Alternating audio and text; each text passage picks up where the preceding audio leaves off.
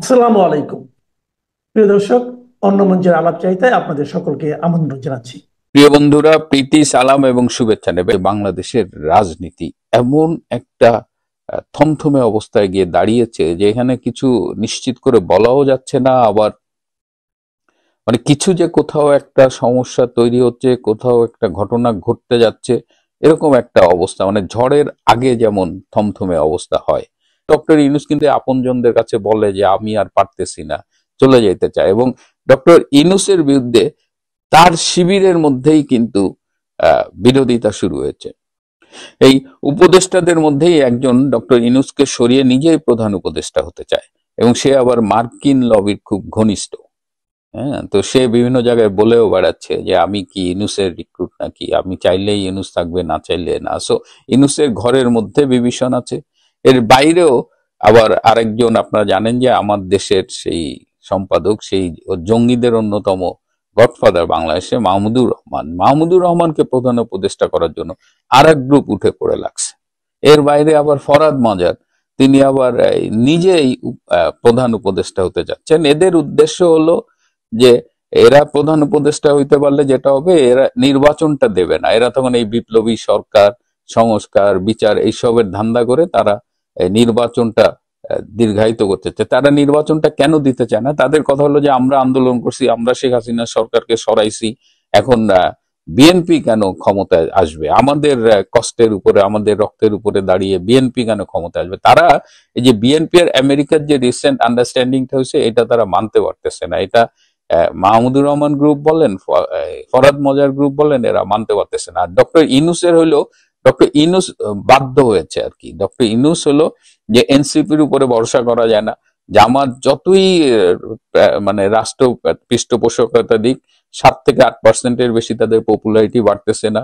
So এই অবস্থায় ইউনূস যদি সেফ এক্সিট চায়, তাহলে তার একমাত্র অপশন হইলো যে বিএনপির উপরে যদি ভর করা যায়, এবং তিনি আমেরিকাকে সেভাবে কনভিন্স করছেন যে বিএনপিকে ক্ষমতা দিয়ে দেখেন, একটা ফেয়ার ইলেকশন, একটা ভোটাধিকারের জন্য এত কথা বললেন, আর এখন সবাই যার যার মতো করে মানে ঠিক করতেছে। ইভেন যদি ইলেকশনও হয়, সেই ইলেকশনের রেজাল্টটা আগে থেকে নির্ধারিত, তাহলে আর এটা ফেয়ার ইলেকশন কেমনে হয়? বাংলার মানুষ কি চায় সেটা আপনারা লন্ডনে বসে ঠিক করবেন। আর বিনা নির্বাচনে ক্ষমতা ভোগ করার মজাই আলাদা। এই স্বাদ তো এনসিপি পাইছে, জামাত পাইছে। তো এটা নিয়ে, এটা হলো ইনুসের কেন্দ্রিক। এখন ইনুসের আসলে মানে চলে যেতে হবে। এখন সে কি একটা নির্বাচন দিয়ে বিএনপি বা যাকেই হোক ক্ষমতা দিয়ে যেতে পারবে, নাকি তার আগেই তাকে চলে যেতে হবে? এটারও একটা মেকানিজম আছে, যেটা বললাম যে মাহমুদুর রহমানরা চাচ্ছে তাকে সরিয়ে এখনই প্রধান উপদেষ্টা হতে। এর বাইরে রাষ্ট্রপতিকে নিয়েও একটা গেম চলতেছে। রাষ্ট্রপতি, আপনারা জানেন যে এতদিন রাষ্ট্রপতি আর সেনা প্রধান এরা মোটামুটি একসাথে থেকে ইউনূসকে ব্যালেন্স করছে, কিন্তু রাষ্ট্রপতির সাথে সেনা প্রধানের এখন সম্পর্কটা মোটামুটি আর নেই বলা চলে। সেনা প্রধান আর রাষ্ট্রপতির ব্যাকআপ হিসেবে কাজ করছে না। রাষ্ট্রপতির সাংবিধানিক ক্ষমতাগুলো তিনি প্রয়োগ করতে পারছেন না। তার যে প্রেস উইং আছে, অন্যান্য ডিপার্টমেন্ট আছে, সেগুলোর উপরেও তার কোনো নিয়ন্ত্রণ নাই। শুধুমাত্র তার মিলিটারি সেক্রেটারি এবং যে প্রেসিডেন্সিয়াল গার্ড রেজিমেন্টটা আছে, এদের সাথে কিছুটা ইন্টারাকশন আছে। এর বাইরে বর্তমান রাষ্ট্রপতি শাহাবুদ্দিন চুপ্পু মোটামুটি এক ধরনের গৃহবন্দীর জীবন যাপন করছে। তার তার কোনো পাওয়ার নেই, তিনি চাইলেও কোথাও যেতেও পারেন না। মানে গুঞ্জন উঠেছে যে রাষ্ট্রপতি শাহাবুদ্দিন আহমেদ চুপ্পুকে কি সরিয়ে দেওয়া হচ্ছে। আসলে এই প্রধানমন্ত্রীর কার্যালয়, রাষ্ট্রপতির কার্যালয়, বিভিন্ন সরকারি বেসরকারি প্রতিষ্ঠান, শিক্ষা প্রতিষ্ঠান এবং বিদেশে আমাদের যে দূতাবাসগুলো রয়েছে, সেই অফিসে আসলে বাংলাদেশ সংবিধানের 4-ক ধারা অনুযায়ী জাতির পিতা বঙ্গবন্ধু শেখ মুজিবুর রহমানের ছবি থাকার নিয়ম সংবিধান অনুযায়ী, কিন্তু সেটা কেউ মানে না। এই ডক্টর ইউনূস তো অবৈধ, অসাংবিধানিক একটা সরকার, সুতরাং তিনি সরকারকে মানেন না।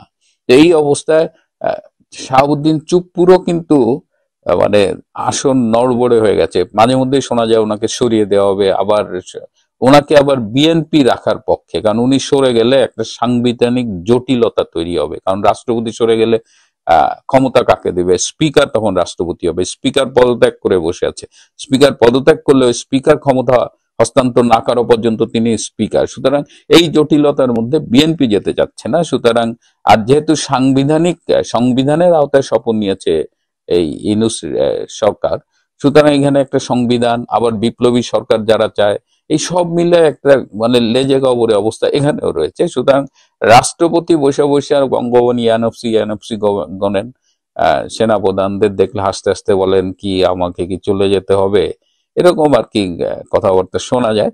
তো রাষ্ট্রপতির অবস্থানও কিন্তু বেশ নড়বড়ে। আবার প্রধান বিচারপতি সৈয়দ রিফাত আহমেদকে রাষ্ট্রপতি করার একটা উদ্যোগ আমরা খেয়াল করেছি, কিন্তু রিফাত আহমেদ তিনি এখন পর্যন্ত রাজি হননি। তো সৈয়দ রিফাত আহমেদ রাষ্ট্রপতি হলে সেক্ষেত্রে আবার আরেকটা হলো যে তাহলে সেক্ষেত্রে একটা নতুন তত্ত্বাবধায়ক সরকার আসবে কিনা। ডক্টর ইউনূসকে সরিয়ে একটা নতুন তত্ত্বাবধায়ক সরকার আসলে সেই তত্ত্বাবধায়ক সরকারের প্রধান কে হবে সেটা নিয়েও বাজারে অনেক রকমের গুঞ্জন আছে, এবং পছন্দের তত্ত্বাবধায়ক সরকার খুঁজে পাওয়া যাচ্ছে না। সো এই জায়গায় আরো একটা অনিশ্চয়তা রয়েছে। এরপরে রয়েছে আমাদের সেনাপ্রধান জেনারেল ওয়াকারুজ্জামান। তার সাথে ডক্টর ইউনূসের একটা দ্বন্দ্ব কিন্তু আছে। তারা মিলেমিশেও একদিকে কাজ করেন, আবার দ্বন্দ্ব আছেন। তার মধ্যে একটা হলো যে এই যে সাভার ক্যান্টনমেন্ট 9 ডিভিশন, এটা খুব ইম্পর্টেন্ট, এবং ঢাকা শহর মোটামুটি সাভার ক্যান্টনমেন্ট থেকেই গার্ড দিয়ে রাখা হয়। তো এই সাভার ক্যান্টনমেন্টের যে জিওসি ছিলেন, যে প্রধান ছিলেন মেজর জেনারেল মঈন খান, এই মঈন খান কিন্তু জেনারেল ওয়াকারের খুব ঘনিষ্ঠ ছিলেন, এবং জেনারেল ওয়াকার চেয়েছিলেন যে মঈন খানের যেন প্রমোশন হয়, সে যেন লেফটেন্যান্ট জেনারেল হয়, এবং এই রিকমেন্ডেশন সে পাঠিয়েছিল। ডক্টর ইউনূস সেটা অ্যাকসেপ্ট করেনি, এবং সেখানে অলরেডি নতুন জিওসি মেজর জেনারেল আসাদকে সেখানে পোস্টিং দেওয়া হয়েছে। So Asad will take over. Major general Moin চলে গেলে মেজর জেনারেল আসাদ 9 ডিভের জিওসি হবেন। তো এইটা কিন্তু জেনারেল ওয়াকারের জন্য একটা সেটব্যাক। এরকম জেনারেল ওয়াকারের আরো বেশ কিছু প্রপোজাল ডক্টর ইউনূস ফেলে রাখছে, হি ডিডন্ট রেসপন্ড। হ্যাঁ বলেনি, নাও বলেনি। এদিকে প্রমোশন নিয়ে আর্মির মধ্যে একটা গ্যাঞ্জাম, আর্মির সোশ্যাল অ্যাকসেপ্টেবিলিটি, আর্মির ইমেজ যে বিতর্কিত হচ্ছে সেটা নিয়ে আর্মির মধ্যে একটা হতাশা, সব মিলিয়ে। আবার জেনারেল ওয়াকার আরেকটা সমস্যার মধ্যে পড়েছেন যে তাকে কেউ বিশ্বাস করছে না। তিনি যেহেতু শেখ হাসিনা কর্তৃক নিয়োগ প্রাপ্ত, হ্যাঁ, তিনি জামাত তাকে বিশ্বাস করছে না, এনসিপি তাকে বিশ্বাস করছে না। আবার তিনি মনে করছেন যে তিনি এখন তারেক রহমানের উপরে ভর করে পার পেতে চাচ্ছেন। তারেক রহমানের সাথে তার একটা আন্ডারস্ট্যান্ডিং হয়েছে বলে শোনা যায়, কিন্তু তারেক রহমানের ঘনিষ্ঠ সূত্রের মাধ্যমে আমি জানতে পেরেছি যে তারেক রহমানও এই জেনারেল ওয়াকারকে বিশ্বাস করে না। তার মানে সামগ্রিকভাবে বিশ্বাসহীনতার ভেতরে এই জেনারেল ওয়াকার পড়ে গেছে, এবং জেনারেল ওয়াকার এখন নিজের গদি রক্ষায় সর্বোচ্চ চেষ্টা করছে, কিন্তু তিনি তার গদি রক্ষা করতে পারবেন কিনা আমি জানি না। এদিকে ভারতীয় সেনাবাহিনীর সাথে বাংলাদেশ সেনাবাহিনীর, বিশেষ করে জেনারেল ওয়াকারের একটা খুব ভালো সম্পর্ক ছিল, সেই সম্পর্কটা সেই আগের মতো নেই, এবং এখন ভারতীয় সেনাবাহিনী বেসিক্যালি ওয়াকারকে একদম গোনার মধ্যে রাখে নাই। তো এই মুহূর্তে দেখেন রাষ্ট্রপতি বলেন, প্রধান উপদেষ্টা বলেন, সেনাপ্রধান বলেন, তিনজনই কিন্তু খুব নড়বড়ে অবস্থায় আছে, এবং এই এই সব কিছু মিলে একটা ষড়যন্ত্র কিন্তু এখনো চলমান রয়েছে। এর সাথে আমেরিকার সাথে ভারতের সম্পর্ক, আমেরিকা এবং ভারতের বাংলাদেশ বিষয়ক অবস্থান, এই সব মিলিয়ে এমন একটা জটিলতার মধ্যে বাংলাদেশ পড়ে গেছে যে এর থেকে উদ্ধারটা কিভাবে হবে সেটাই আসলে এখন $1,000,000। ব্রিটিশ রাজনীতিবিদ ও সংসদ সদস্য টিউলিপ সিদ্দিকীর বিরুদ্ধে বাংলাদেশের আদালতের দেয়া দণ্ডাদেশ নিয়ে কাটাছাড়া চলছে টেমস নদীর ওপারে ওয়েস্টমিনিস্টারে। ব্রিটেনের সাবেক প্রধানমন্ত্রী টনি ব্লেয়ারের স্ত্রী চেরি ব্লেয়ার কেসি গণমাধ্যমে দেয়া সাক্ষাৎকারে এই মামলার রায়কে রাজনৈতিক উদ্দেশ্য প্রণীত বলে মত দিয়েছেন।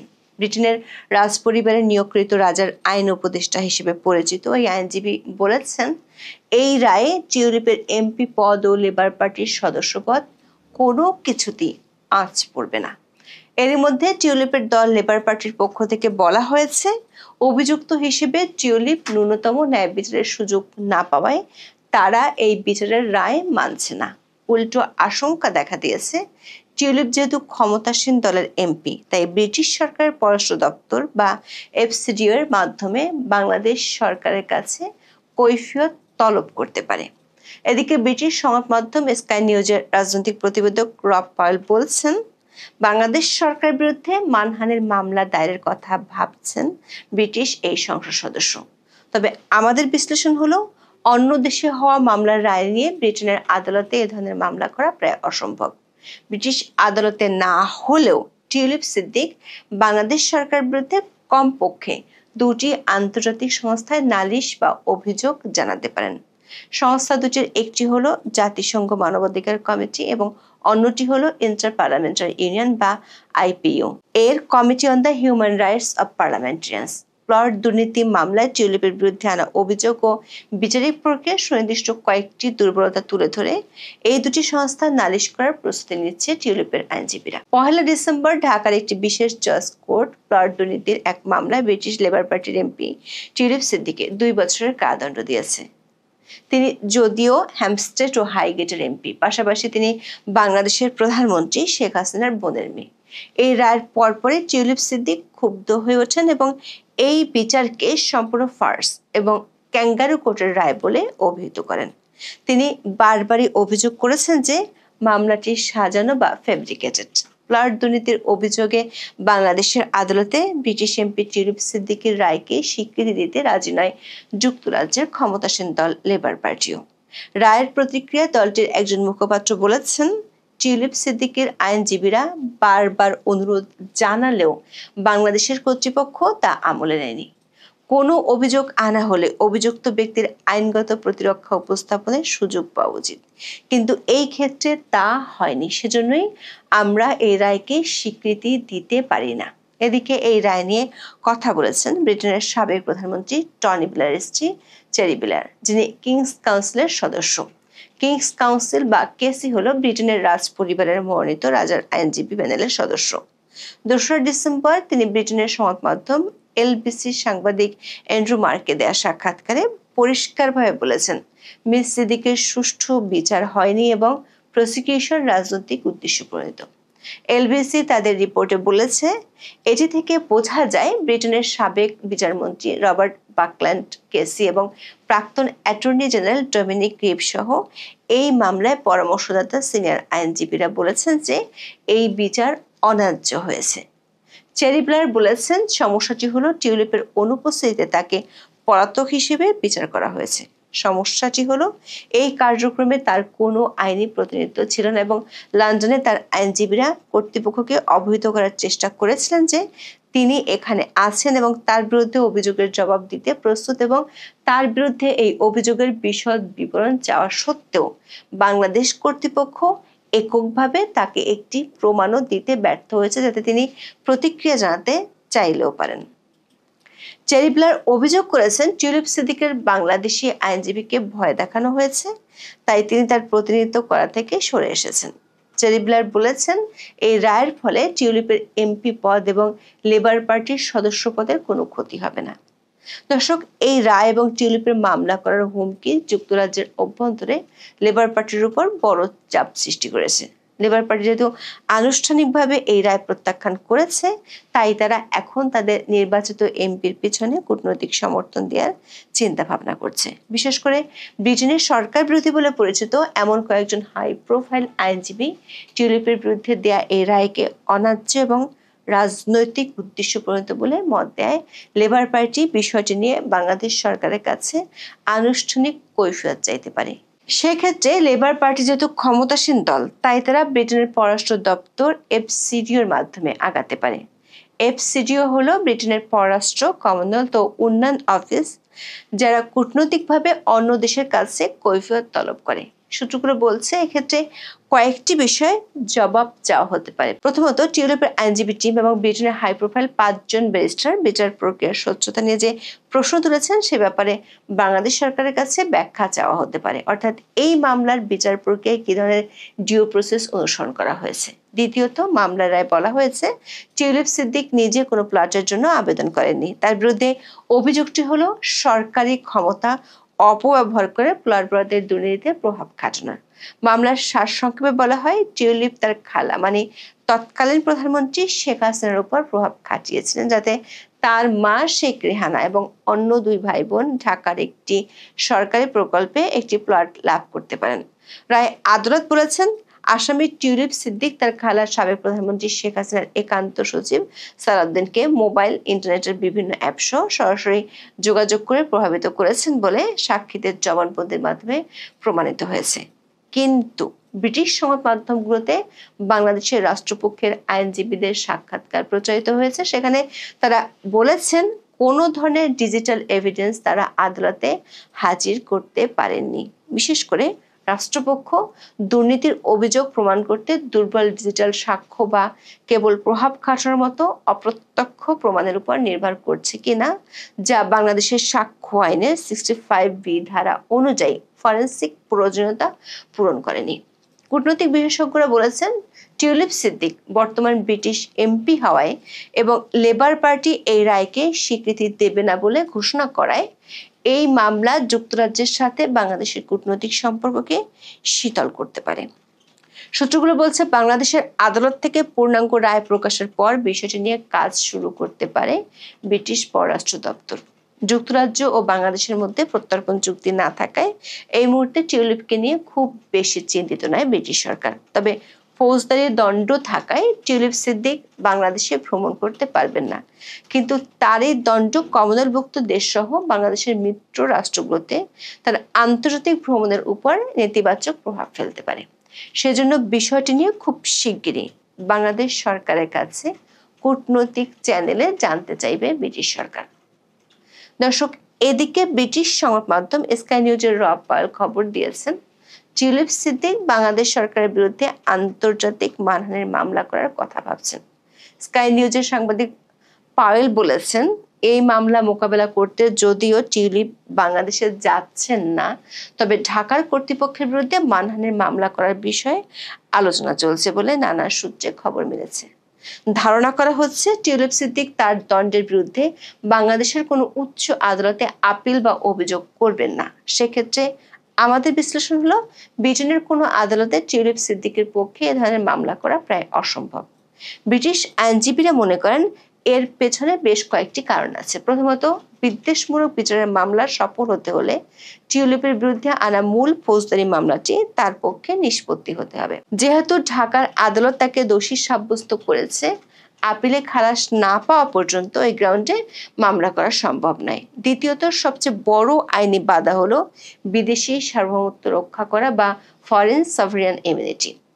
আন্তর্জাতিক আইন অনুযায়ী প্রসিকিউটর বা বিচারকের কাজকে রাষ্ট্রের সার্বভৌম বা বিচারিক কাজ বা অ্যাক্ট অফ স্টেট হিসেবে বিবেচনা করা হয়। বাংলাদেশের একটি নিম্ন আদালতের রায় ধরে যুক্তরাজ্যের আদালতগুলো সাধারণত অন্য একটি সার্বভৌম রাষ্ট্রের বিচারিক প্রক্রিয়া হস্তক্ষেপ করতে অনিচ্ছুক হতে পারে বলে মনে করছেন আইনজীবীরা। তবে টিউলিপের পক্ষে নামা কিংস কাউন্সিলরদের পরামর্শে টিউলিপের আইনজীবীরা দুটি বিকল্প অপশনের দিকে ঝুঁকতে পারেন। এর একটি হলো ইউএন হিউম্যান রাইটস কমিটিতে অভিযোগ দায়ের করা। যদিও জাতিসংঘ মানবাধিকার কমিটি কোনো পূর্ণাঙ্গ আদালত নয়, তবে এটি একটি আধা বিচার বিভাগীয় বা কোয়াসি জুডিশিয়াল ফোরাম। দর্শক, এক্ষেত্রে একটি শর্ত আছে, যে দেশের বিরুদ্ধে অভিযোগ সেই দেশটি যদি international covenant of civil and political rights বা ICCPR চুক্তির অপশনাল প্রোটোকল স্বাক্ষর করে থাকে, তবে এই কমিটিতে অভিযোগ করা যেতে পারে। বাংলাদেশ 2000 সালের 6 সেপ্টেম্বর ICCPR চুক্তিতে অ্যাকসেশন বা যোগদান করেছিল, যার ফলে চুক্তি অনুযায়ী বাংলাদেশকে মানবাধিকার সংক্রান্ত প্রতিবেদন জাতিসংঘের হিউম্যান রাইটস কমিটির কাছে জমা দিতে হয়। কিন্তু প্রথম ঐচ্ছিক প্রোটোকল স্বাক্ষর না করায় এই কমিটি কোনো ব্যক্তি বিশেষের পক্ষ থেকে বাংলাদেশ সরকারের বিরুদ্ধে সরাসরি অভিযোগ বা নালিশ গ্রহণ করতে পারে না।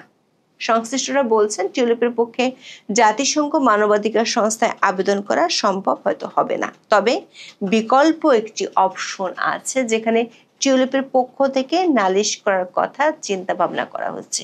সেটি হলো ইন্টার পার্লামেন্টারি ইউনিয়ন বা IPU। IPU এর committee on the human rights of parliamentarians নামে একটি বিশেষ কমিটি আছে, যার মূল কাজ হলো বিশ্বব্যাপী সংসদ সদস্যদের মানবাধিকার রক্ষা করা এবং তাদের বিরুদ্ধে নির্যাতনের অভিযোগ তদন্ত করা। টিউলিপ এই সংস্থার কাছে অভিযোগ করলে সরেজমিনে তদন্ত দল পাঠাতে পারে IPU। যদিও IPU এর সিদ্ধান্ত সরাসরি আইনগতভাবে বাধ্যতামূলক আদালতের রায়ের মতো নয়, তবে এর একটি শক্তিশালী রাজনৈতিক চাপ সৃষ্টির ক্ষমতা আছে।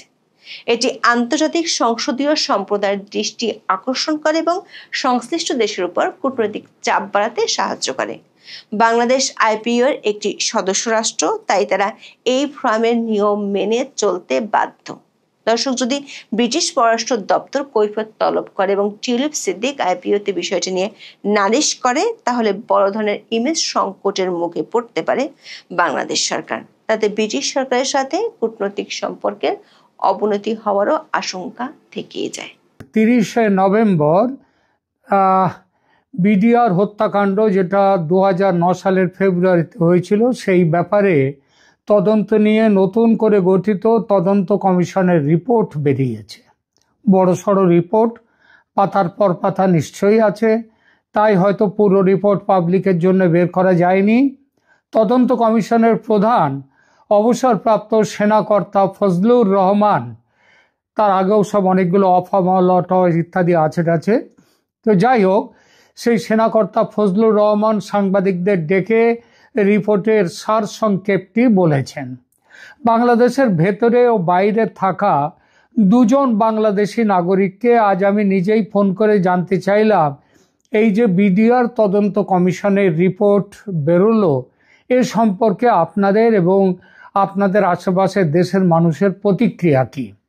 এই প্রশ্নের উত্তরে দুজনেই মোটামুটি যে প্রতিক্রিয়াটি দিল, সেটাকে এক কথায় বলা যায়, ধুস, পাগলা ফজলুরের রিপোর্টকে কেউ গুরুত্ব দেয় নাকি? আমি জানতে চেয়েছিলাম ফজলুরকে পাগলা বলছেন কেন। এর উত্তরে একজন বললেন, ও তো সত্যিই কয়েক মাস পাগলাগারদে ছিল। পাগল বললে অপরাধ হালকা হয়ে যায়, আইনেও তাই বলে। যেমন কোনো পাগল যদি খুনও করে, তাকে মৃত্যুদণ্ড দেয়া যায় না খুনের জন্যে।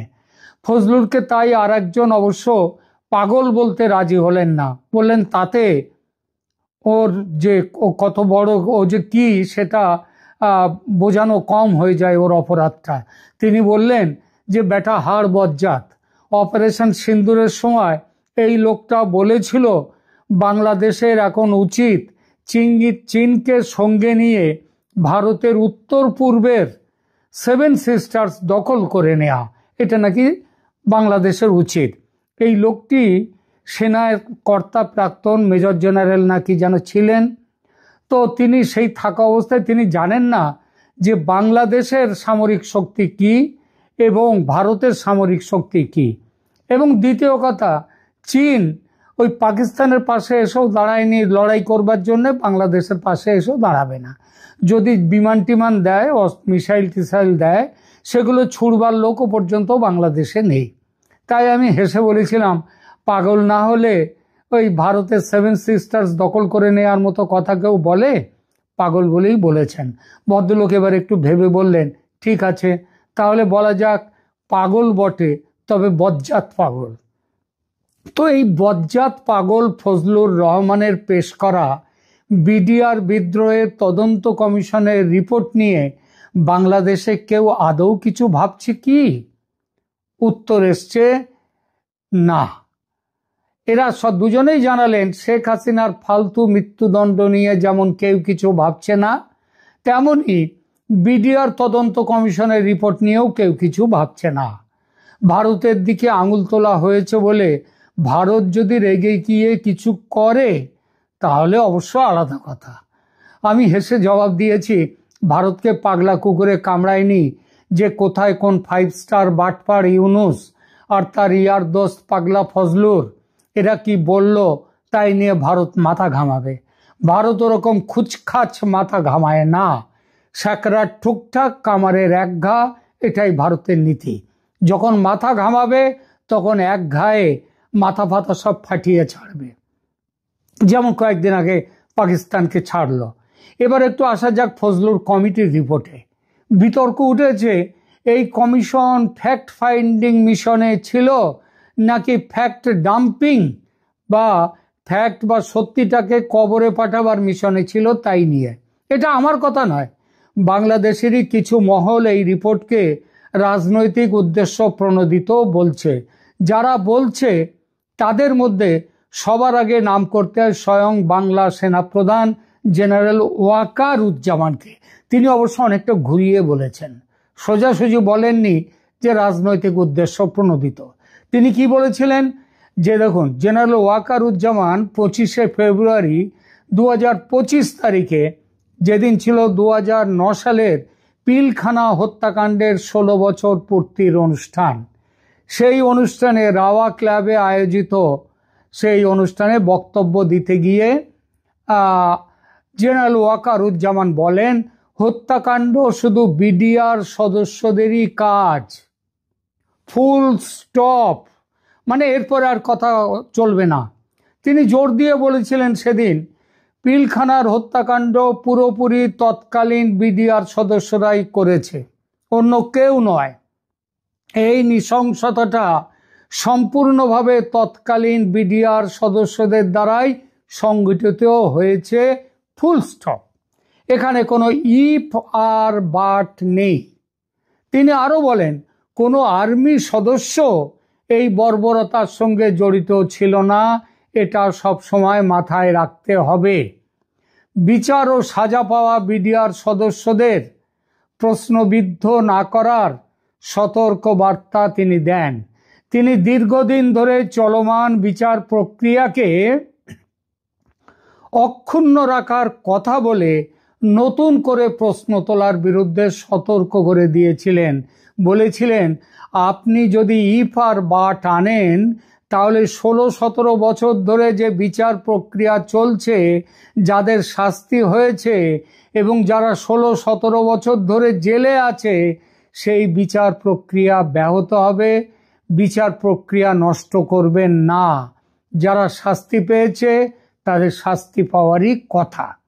কমিশন গঠনের সরকারি সিদ্ধান্তকে সরাসরি সমালোচনা না করেও তিনি বটম লাইন বেঁধে দেন। একই বক্তৃতায় তিনি বলেন, বটম লাইন হলো, আমাদের যে অফিসাররা শহীদ হয়েছেন তারা বিডিআর সদস্যদের গুলিতেই নিহত হয়েছেন। অর্থাৎ কমিশন যাই বলুক না কেন, তিনি আগেই বটম লাইন বা উপসংহার ঠিক করে দিয়েছেন। কেবল বিডিআর সদস্যরাই হত্যার জন্য দায়ী, অন্য কিছু নিয়ে বেশি কথা তুললে তা যেন বিচার প্রক্রিয়াকে ডিস্টার্ব না করে। তিনি অভিযোগ করেছিলেন সেই দিন, সেই 25শে ফেব্রুয়ারি এবছরে, যে কিছু মানুষ এখন ভিন্ন মত দিচ্ছে এবং বিষয়টিকে ভিন্ন দিকে টানার চেষ্টা করছে।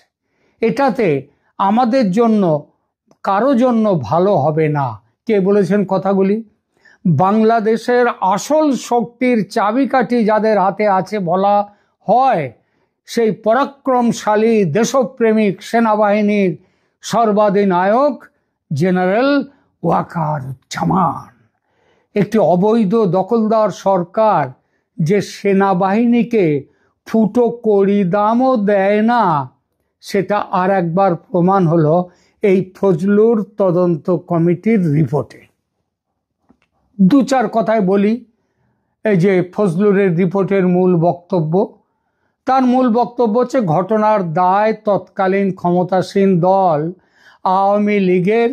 এই বক্তব্য মানলে বলতে হয়, আওয়ামী লীগ তার নিজের সরকারকে বিপাকে ফেলতে সবেমাত্র সিংহাসনে বসে, আসনে বসেই এই কাণ্ড ঘটিয়েছিল। আচ্ছা, এটা কি কখনো সম্ভব হয়?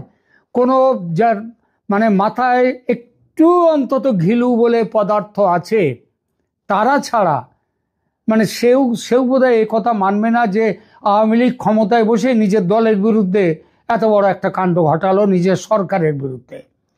পাগল ছাড়া একথা কেউ বিশ্বাস করে না, কিন্তু পাগলা ফজলুর সেটাই করেছেন। দ্বিতীয় কি বলা হয়েছে এখানে, এটি কোনো বিচ্ছিন্ন ঘটনা নয়, পরিকল্পিত হত্যাকাণ্ড। যারা নিহত হয়েছেন তাদেরকে পরিকল্পনা করে হত্যা করা হয়েছে। কারা তার মূল নিহত হয়েছিলেন? সেনাবাহিনীর লোকজন বেশি। তারপরে বিডিআর তাদেরকে যতটা নিহত হওয়ার কথা সেই তুলনায় তা হয়নি, তাদেরকে ধরে পরে তাদেরকে জেলখানায় দেয়া হয়েছে। আর বলেছেন কি, এর মূল সমন্বয়কারী হচ্ছেন কে? লীগ নেতা শেখ ফজলে নূর তাপস। তিনি ওই ঢাকারই একটা দিকের তিনি মেয়র ছিলেন। সেই একই কথা বলা যায় এখানেও। তাপসের, আচ্ছা তাপসের এই কাজে কি লাভ, কেন তিনি এই কাজ করবেন, তার কোনো জবাব কিন্তু পাগলা ফজলুরের রিপোর্টে নেই। তিনি টাকার জন্য এটা করেছেন নাকি নিজের ক্ষমতা বাড়া দেখাবার জন্য এটা করেছেন, তার কোনো রিপোর্ট নেই এখানে। 3 নম্বর, ফজলুরের আবার কি এই রিপোর্টের বক্তব্য যে ঘটনায় তৎকালীন প্রধানমন্ত্রী শেখ হাসিনার সবুজ সংকেত ছিল এবং তিনি ক্ষমতায় টিকে থাকার জন্য এই ঘটনা ঘটিয়েছেন। যিনি 2 মাস আগে না 1 মাস আগে ক্ষমতায় এসেছেন ভোটে জিতে 5 বছরের জন্যে, তিনি ক্ষমতায় এসে তার বিরুদ্ধে এমন কি হলো যে তিনি নিজেই সরকারের থেকে এত বড় একটা ব্যাপার ঘটিয়ে দিলেন, তার একটা সরকারের বিপদ ডেকে আনলেন। এটা কোনো পাগলে এটা বিশ্বাস করতে পারে? কিন্তু পারে, পাগলা ফজলুর তাই পেরেছেন, তিনি তাই লিখেছেন। 4 নম্বর দেখুন, আরো একটা জিনিস হচ্ছে কি, তদন্তে একটি বিদেশি শক্তি মানে ভারত, ভারতের যোগসাজশের ভূমিকা আছে। বাংলাদেশে কেন তেল নেই, কারণ ভারত। কেন জল বেশি, ভারত। কেন খাবার নেই, ভারত। সব কিছুর জন্য ভারত দায়ী। এরপরে যদি কারোর বাড়িতে বিবি চলে যায়, তার জন্যও দায়ী হবে ভারত। বাটপার ইউনূসের দেশ শাসনের এটা হলো গিয়ে ট্যাগলাইন, যা গালাগাল দিতে হয় ভারতকে লক্ষ্য করে দাও, নতুন কিছু নয়। ফজলুর রহমান তিনি পাগল, আর সেই সঙ্গে মাতাল হলেও তালে যে ঠিক সেটা বুঝিয়ে দিয়েছেন। তারপর আর কি বলেছেন, বলেছেন হত্যাকাণ্ড ঠেকাতে তৎকালীন সরকার, পুলিশ এবং গোয়েন্দা সংস্থাগুলি মারাত্মক রকমের ব্যর্থতা ছিল। হ্যাঁ, মারাত্মক রকমের। এসব দেখুন, এরপরে বলেছেন কতজন ভারতীয় তারা নাকি ওখানে এসছিল, তারা ওখানে এসে এইসব কাণ্ড ঘটিয়েছে। এসবগুলো নিয়ে অনেক গল্প গাছা আছে। এসব গল্পগুলো মানে সাধারণ মাথায় যারা আছেন, সাধারণ বুদ্ধির লোক, তারা তো বিশ্বাস করবেন না। যাদের ঘিলু বলে পদার্থ নেই কিংবা অতিরিক্ত ঘিলু থাকার জন্য মাথার মধ্যে যাদের ঘিলু একেবারে গিজগিজ করছে, গিজগিজ ঘিলুর জন্যে বেশি পণ্ডিত হলে আবার একটু মূর্খ হয়ে যায়। তো সেই রকম ওই পাগলা ফজলুর হচ্ছে সেই রকমই। তিনি এইসব অনেক কিছু ছাইপাশ লিখে গেছেন, সেসবগুলো নিয়ে আর বিরাট কিছু বলছি না, এগুলো বলার জায়গাও নেই। সুতরাং থামছি এখানেই।